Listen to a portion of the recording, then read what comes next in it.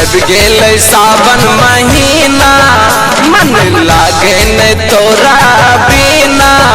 जान अब गेल सावन महीना मन लागे न तोरा बिना।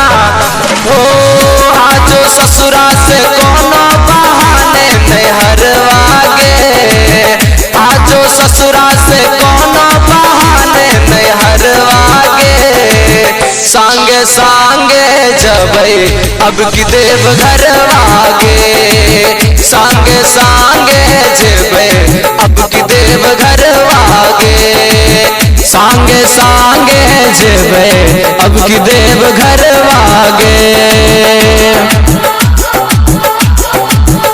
जान अब गेल सावन महीना मन लागे न तोरा बिना। जान अब गेल सावन महीना मन लागे न तोरा बिना।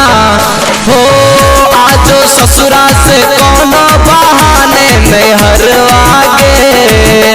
आजो ससुरा से कोनो बहाने नैहरवा गे। संगे संगे जबै अब की देव घरवा गे। संगे संगे जबै अब की देव घरवा गे। संगे संगे जबै अब की देव घरवा गे।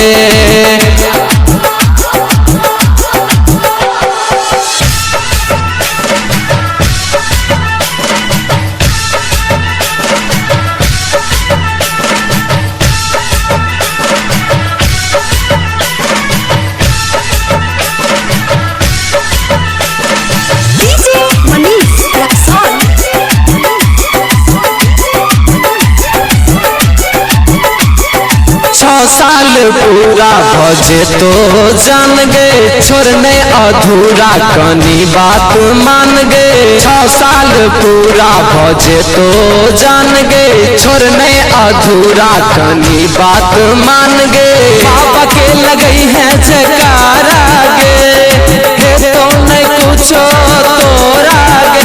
हाँ तोरा गे। हाँ तोरा गे। जान तोरा गे। हाँ तोरा गे।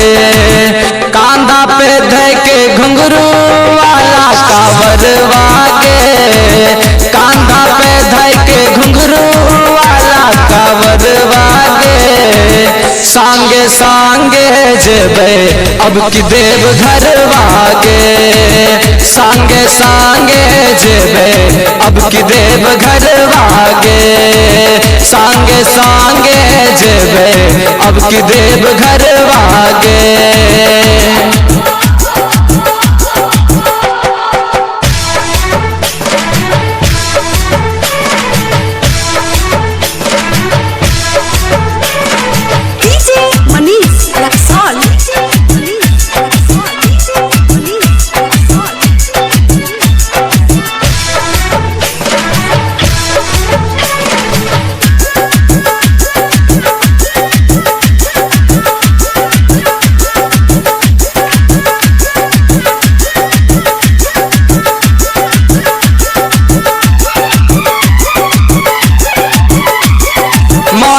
करे छै बाबा धाम घूमय के। बाबा के चरण गे जानू चुमय के।